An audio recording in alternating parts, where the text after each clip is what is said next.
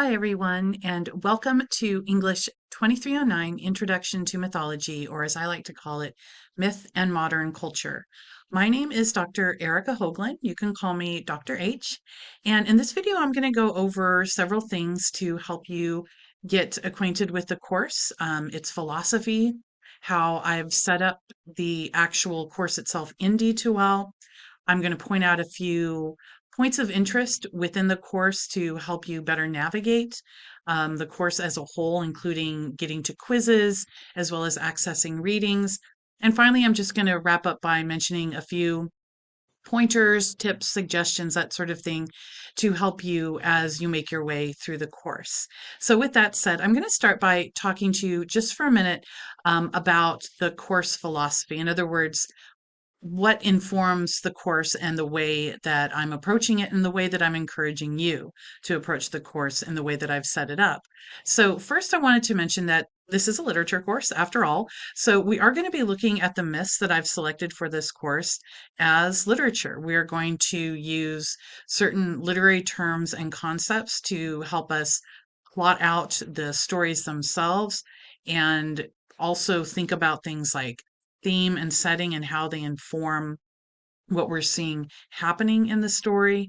We're also going to be thinking about the ways that these myths reflect the cultural values and beliefs of the world as it existed when these stories were created. So, in other words, we're looking at how these myths reflect certain beliefs, traditions, values, anxieties, fears, even that helped to define that particular culture that the myth is coming from. And that in turn allows us to think about how these myths really are windows, not just into a distant past, but into worlds that, though they might be removed by thousands of years, are really not that much different from our own. So that's one thing we're going to be doing. Um, in conjunction with thinking about how these myths really connect via the stories that they tell to our present moment, we are going to make connections throughout the semester from the myths to specific things that you hear about in the news cycle that you might be accessing through your social media feeds or when you're listening to podcasts. In other words, we're going to think about how certain contemporary issues, problems, conversations that are informing a lot of how we might be interacting with or looking at the world are actually things that we've been talking about for a very, very long time. Basically, these myths that we're looking at can offer us some insights and other ways of thinking about certain ideas about how we occupy and inhabit the world, about bigger issues and ethical concerns. And I'm not going to get into the weeds and talk to you about specific examples, but in a few moments, I'm going to show you some of the course itself. And you might, as I'm showing you some things very generally in the tour of D2L, you might see some of those connections just by the file names that I might be passing over as we're looking at them. So the idea with these connections is to help you see the myths as not just these artifacts from thousands of years ago, but as an active dialogue and conversation with us even today.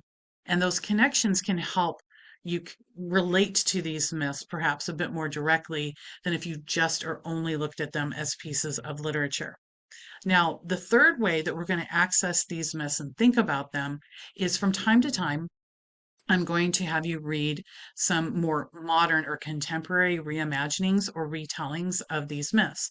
Most of those retellings are going to be in the form of short stories and poetry, and these retellings might be very faithful to the original text, and some of them are going to be very different. They're going to look at sides to the story that tend to be underexplored or overlooked, and on a couple of occasions, we are going to look at reimaginings that come from popular culture. And by popular culture, I'm referring to things like television commercials, films, TV shows, graphic novels, that sort of thing. And so one of our very important reimaginings is actually an episode of a Star Trek series called Star Trek Short Treks. There are many episodes that are standalone episodes that are not always attached to a specific component of like a particular Star Trek series, but they are very much within the Star Trek universe. And there is a really great reimagining of the story of Odysseus or Ulysses from the Odyssey that we'll be looking at later in the semester. By looking at these contemporary retellings or reimaginings, we get a better sense, once again, as to how these myths remain very much within our cultural consciousness. And this has a lot to do with the fact that these myths typically tap into very timeless and universal questions and concerns, including things like, who are we? What are we supposed to value? How are we supposed to see ourselves in relation to one another, to the world we live in, to even the universe, and lots of more specific questions beyond that. But the larger point is that these myths that we're going to be looking at are very durable and enduring. They keep coming back because they are tapping into things that we remain very fascinated by. So, that is our philosophy for this course. That is the way I'm going to be encouraging and, in many respects, and I don't want to make this sound kind of harsh, but requiring you to engage with the myths that I've selected for the course. I want you to think about them not just as pieces of literature or artifacts from long, long ago, but as really vibrant, active things even today that connect to our present day, our contemporary moment in really meaningful ways, and also continue to inform the ways that we entertain ourselves, the ways that we think about ourselves as humans, as a part of this larger world. So, with that all said, you've noticed that I've been sitting here on the homepage of D2L very deliberately for a very particular reason, and that is because every week you will see a new notification on the course homepage. Right now, as you can see, it's the welcome message that I always use to start the class. And if you scroll down just a little bit, there are two little bits of items of interest that I want to point out to you here. So, not all of these messages are going to be as long as these, but what you will notice is that these messages include an overview as to the week ahead, what we're going to be covering from one week to the next. And especially here with the welcome note, you'll see that I color code things. I'm just a big fan of color coding things. So purple is for readings, green is for quizzes, and so on. So you'll see that as a bit of like a pop of color and a way to just kind of keep visual interest as you're looking at these reminders.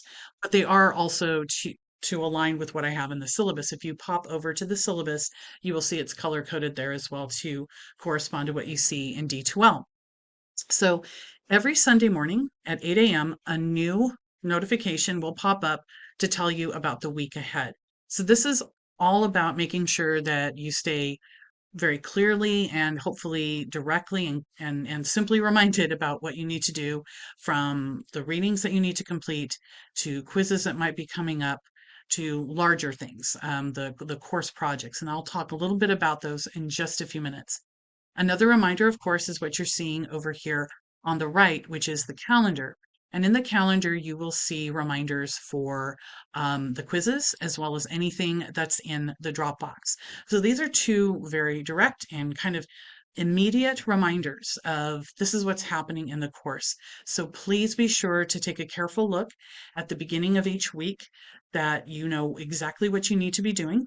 And if there are any questions, if there's something that you found a little confusing, a little unclear, please feel free to reach out and email me. And this is something you're going to hear me say a lot, both in this video and in other communications with you, which is anytime that you have a question about the class, anytime you feel stuck, you feel overwhelmed, you feel you're not sure what you need to do next, it's really, really important that you email me either here in D2L, which you completely can do. I'm fine with that.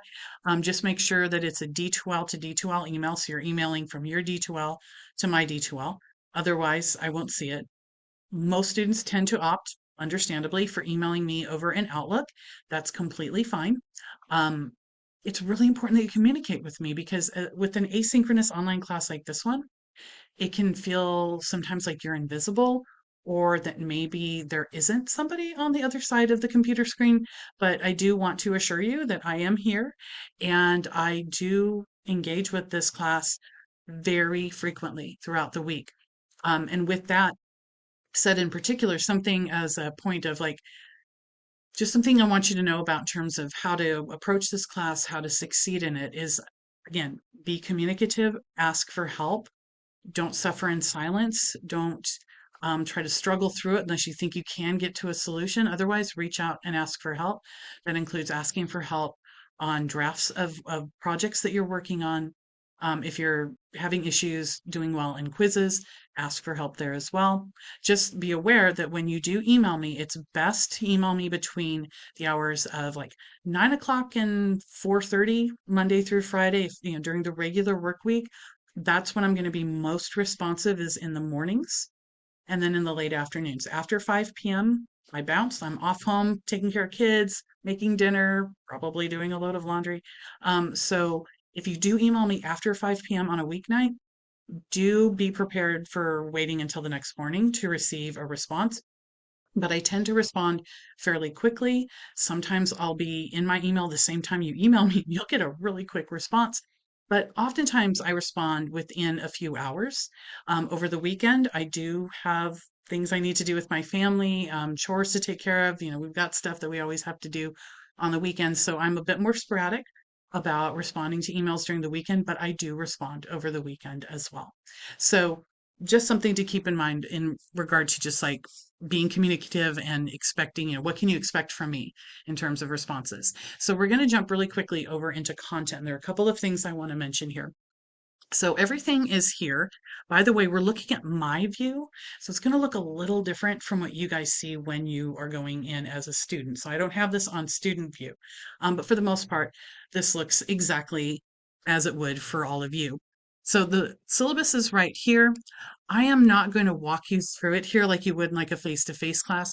I do expect you, however, to be familiar with its content, especially when it comes to course policies concerning late work and knowing about academic integrity. My AI use policy is very important, so you need to review that.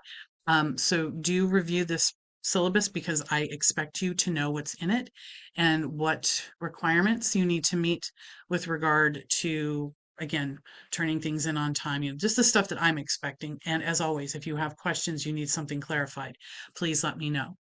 Um, Now, with regard to the content of the course, I just want to show you very quickly a few things because this will show you what you would see in pretty much every module. Now, right now I have several modules open, but some are under construction. Most specifically, I'm doing some updates to them because I teach this course pretty much every semester and I'm always updating them. So that's just what's going on. I'm updating certain portions of it. So let's go, hmm, excuse me, let's go here just for like a typical example. When you go into a file, because all of the reading that you need for this class is going to be here in D2L. It's going to be available, excuse me again, as an HTML file where I have supplementary material explaining to you, things you want to be on the lookout for as you're watching a video, reading the text, all of that stuff. And typically at the very top, I will have a link to the story. So just be aware of that. That's pretty typical. The other thing that I want to really put on your radar in this video, I'm so sorry, but is this honor lock. The quizzes that you're taking in this course are connected to this online proctoring system. To take the quizzes for this class, you need to go to honor lock rather than over here in course tools where you can see it, but don't go there. Go to honor lock, click on the quiz that you need to take, quiz 1, for example, and that way you don't have to enter in a password. It looks like in terms of time, I need to start wrapping up because I use ScreenPal actually, and it has a limit. So I'm going to save, excuse me, again, for separate videos talking about the assignments, but I do encourage you to look at the assignments in the syllabus and let me know if you have any questions. And I will be reaching out again to you guys very, very soon to talk to you about the first major assignment. But again, welcome to this class, and please reach out, ask me some questions, and I look forward to working with you this semester.